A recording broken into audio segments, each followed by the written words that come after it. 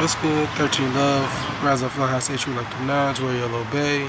Son of big on my mama. That's the rules, nigga ass name games. You already know what it is. So listen, I'm gonna jump right into it. Please, ignore my camera. My camera's broke, but it's not gonna stop me from putting out this information. So I want to talk about. I don't know if anybody's seen this, but if you ever go look up like Egyptian imagery and stuff like that. One of the pictures that pops up a lot of times, if you ever see it, is like, the king and the queen. And then there might be one where it's the queen, and then there's like I want to say the cat is on like her left side, and then the dog is on her right side, or way like that. And you see her sitting in the chair, but the cat is like on one of the edges of her arm of her chair, and then the dog is like laying down on the ground beside the chair of her throne. And that's really what I want to go into today. We're going to go into the science of cats and dogs and how they relate to human beings. And they're really, well, let's just get into it. So, cats and dogs are really physical representations. When you see those images, cats and dogs are physical representation of your mental, not your mentality, but you could say, well, yeah, it's your mentality, but you could say your left and right hemisphere of your brain. And so the cat is representing two aspects of yourself. Well, the cat is representing an aspect, and the dog is representing an aspect. The cat is representing the subconscious aspect of yourself, and the dog is representing the conscious version of yourself. And this is how you know how they have the saying that dogs are man's best friend. Well, the reason that is because dogs are playing out, even though they are spiritual animals as well, like they can see ghosts and things like that. They are in tune with nature, but their outlook on what's taking place in nature might vary based on what kind of, their owner was and stuff like that. Whereas different for cats, cats automatically build their own mind up. They have their own subconscious thoughts, and whoever they want to allow into their territory, they mark them. They lick you, they like you, and stuff like that. But like I said, it's representing you in your waking state, and then you in your quickening state or dream state. And so cats represent the physical version of yourself that you try to explain to everybody else, which is, love and loyalty and a lot of these different L words and, humbleness and things like that, and obedience and things like that. That's why dogs, you can whoop on a dog. Like if you raised a dog, right? Now I'm not condoning this, but people don't treat their animals kindly often. You can raise a dog, right? And as a puppy, and feed that dog, and let's say for the first year of its life, which is a long time because dogs usually live about 7 years. Let's say for like the first year of its life, you are very kind to this dog, right? You're very sweet, loving, and caring to this dog. This dog carries such a great bond with you. It's used to laying down with you. It's used to, it cries when you goes away. All these things, right? And then let's say for the rest of that dog's life, the owner was to just beat that dog and just beat the dog every day and like torture the dog, or you got like an animal. Let's say let's do it this way. Let's say that owner had. Let's say the owner took care of the dog, loved the dog, but the owner had a child, and the child would beat the dog and hurt the dog and torture the dog, right? That dog, just based on the love that it has for the parent and the fact that it smells you and recognizes you as his family too, that dog will for the most part try not to bite your child for like forever. It'll just be loyal. It will take the beating, even if you just torturing the dog. If you would try to take that dog and make it run away, it will not leave. It'll stay, because it's showing it's sad to say, but a negative polarity of unconditional love, where it's not worrying about its own conditions. It's not worried about its own living situation. It's only focused on loving. It lives for the owner. So in a way, it's like a servant to the owner. So the love it's like, it's not that it's fake, it's real, but it's like blind love. Because that's what you hear, like, they say people that love can blind you. This is what that is. That's what the dog represents. So it's representing the physical version of yourself. Where the cat, which is why you see the dog on the laying down, that's representing your natures. You having your natures, your lower natures under control. The dog represents your lower natures. That's why it's on the ground. Besides, where the cat is on the ledge, representing not only it being higher than a dog physically, but and we're talking metaphysically and esoterically, it's showing you that the cat would be your representation of your higher consciousness. Now, let's say, for example, an owner had a cat, right? And the cat. Well, let me finish it on the dog. So I was saying, like, the dog, the owner had a dog and all that, and the child used to abuse the dog. Now the dog will try. It's hard, like I said, it will try its hardest not to hurt the other child, because it knows that the owner will do. Let's say the only time the dog ever gets whooped by the owner is when the when the child says the dog did something. So the dog is going to always try to better itself. It's like it's not going to see that it's being mistreated. It's not going to understand that it's being mistreated.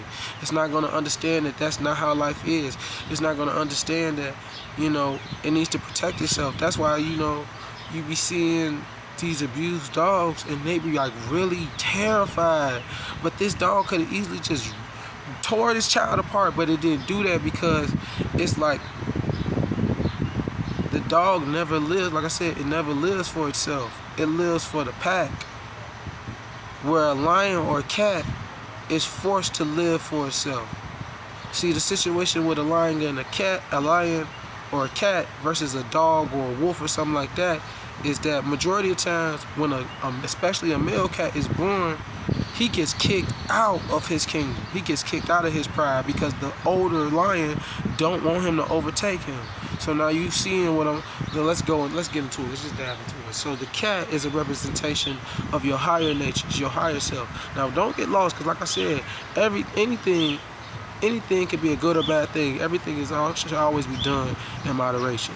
So everything I say, you should know that there's always two sides to the coin. I'm not just giving you one thing. This is why the ancients, and this is why I speak in parables, and I'm using scenarios in life. But all these scenarios I'm using in life, the same way I'm using the cat and the dog to explain something, I could use a number of different animals to explain the same thing I'm explaining to you right now. But the cat and the dog is the best representation because you can see what I'm talking about in the way it lives and displays itself. If I just choose any random animal and it doesn't line up with the attributes of the animal, then it makes no sense to do it. So anyway, back to what I was saying. Like I said, the dog don't live for nobody. The dog lives for the pride. The dog lives for the pack. It don't live for itself. But a cat or a lion, especially a male one, is always forced to live for itself. It has to find its own lioness to want the lioness want to take care of him. You see what I'm saying? They take care of him and he protects them. They take care of him and he protects them. So when the real big shit come out, that's when the king come out. But as far as just taking care of house and home, food and stuff like that, they do that. That's why you see them hunt. They're hunting because they ain't got no physical brick house. They live in the jungle. So them hunting is like them going to bring food or cooking a meal for the man of the house. It's the same equivalent. You scratch my back, I scratch yours, in so few words. But it's deeper than that. But anyway, so the cat is always, so when a cat, and so all these things I'm talking about is like, the reason it pops up in all the animals is because this is in their genetics, this is in their genes. Just like they know how to do certain things that identifies them more as the species they are, is because the shit is in their genes. So in a cat's mind, if a cat fucks with you, it's always on a deeper level. It's never just because you feed him. He don't give a fuck. She don't give a fuck if you feed him. She don't give a fuck if you change her litter. She don't give a fuck about what kind of food you get him. It's never just a physical thing. See, that's another thing. Dogs are pleased with that, with physical treats and toys. They will take that and be like, yeah, you love me, you know what I'm saying? But a cat, they look at that like, nah, nigga, fuck that toy, nigga. You think I forgot when you fucking popped me on my head a few hours ago? Like, a cat remembers all this stuff, and A cat will, they'll tell you, if you look up about cats, they'll tell you cats are vindictive. Like, if you piss a cat off, a cat is not gonna forget.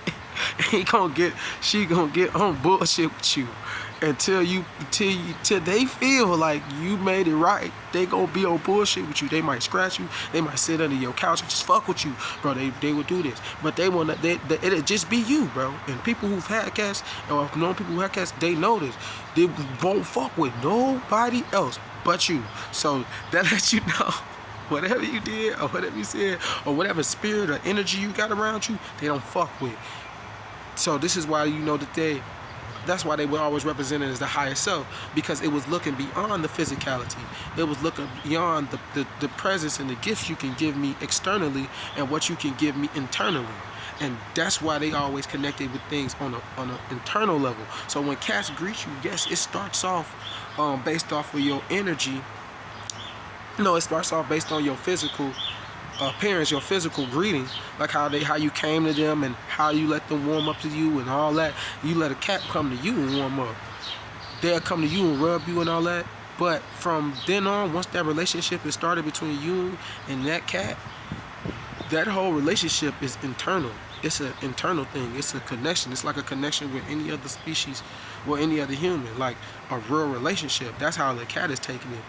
You know what I'm saying? And I'm saying that because you have people there that say like, oh, that's just a cat, or that's just a dog, or that's just a chicken, or that's just an elephant. Like these spiritual beings don't have souls, or should I say they don't have a mind to think. Even though they mind may not be aware as much as you, nigga, they be aware of the shit that they need to be aware of that deals with them. And they be aware enough to have a connection still with their species that they birth. So in order for, it's not like the mother, like let's say a mammal, for example, like a cow mom or a horse. It's not like they have a birth to their child and they like fuck their child. When that child come out, you see a cow crying and licking the cow. You see the bear licking the kid, licking the cub. You see the horse licking the pony. You see what I'm saying? They showing you that they have feelings and a connection with their offspring. So if they have feelings and a connection, that means they have certain thoughts about them. And if they have feelings and thoughts and ideas about what they want to do or what their child and how they see their child coming up, guess what? They have a mind. That's it. So that's what that is. So when you're dealing with cats and shit like that, cats are a representation of what you consider to be like an eternal connection. And like I said, it starts off from a physical aspect. And then with dogs, it starts off more on an internal. They like you just because you being nice to them. So like when you're being nice to somebody or you're smiling, you're giving off a certain pheromone, frequency, vibration that not only people feel or smell, but animals definitely smell and feel. And so a dog normally, like for example, like if you run away from a dog, the dog will chase you. But why is the dog chasing you? It's not chasing you because you're running. It's chasing you because it smells the fear. Because normally if you run and you know your dog ain't gonna try to bite you or like tackle you. It's gonna play with you. But if it's a dog you don't know, automatically the only reason you run is because you're afraid. Now if you was to have fear and not run and stand your ground, you will see that dog will stop too, because it's not knowing what you're going to do, because it's only responding off of the emotion that you're giving off. But that's why it uses the physical gifts and like treats and stuff like that to clarify its thoughts and feelings about you. So for our dogs, it goes internal, and the relationships continue physically for the rest of life, as long as you treating it right. And then even because it's dealing on that level, like I said, this is why dogs, they'll stay in a level of confusion and not know what's going on, because they like, well, no, you give me a treat, you feed me every day, you must still care. Because when you deal with packs of dogs only kick out other dogs when you too weak and you can't help the pack. That's why they kick you out. Now once again, lions, it don't go like that. The fucking king, like the male king, kick all the children out, or he'll try to kill them just to, because it's his children. And even his own children, once they're born, he'll kick them out too. But yeah, that's why you see a lot of male lions is always by themselves, and female lions are usually together, because they're not packed, but female lions understand working together. Teamwork makes the dream work. So there you go. But yeah. So in ancient Kemet, when you see the picture of the dog on the ground and the cat on the cell, and also, yeah, let me tell you that too. Also, this is how you know that the cat is dealing with the subconscious mind. If you was to take a X-ray picture of your face and see your skull and how your face looks just like the face of a cat or a bee. Did you know when you're dealing with the mind, they call it your psyche, but they got a machine that they call a CAT scan, and it scans your brain. It's called a CAT scan because your psyche and the cat has always been associated. So if I don't know what the hell I'm talking about, then I don't know what the hell I'm talking about. So what am I really telling you? So going a little deeper beyond the cat and the dog being representation of your conscious and subconscious, let's give it an organ. The dog is a representation of your heart chakra, and the cat is a representation of your mind, or your third eye chakra, which is located in your brain. So that's what they're representing. That's why you see the cat on the ledge higher, but it's not on top of the things, on the ledge of the arm, because your head is in control of the 3.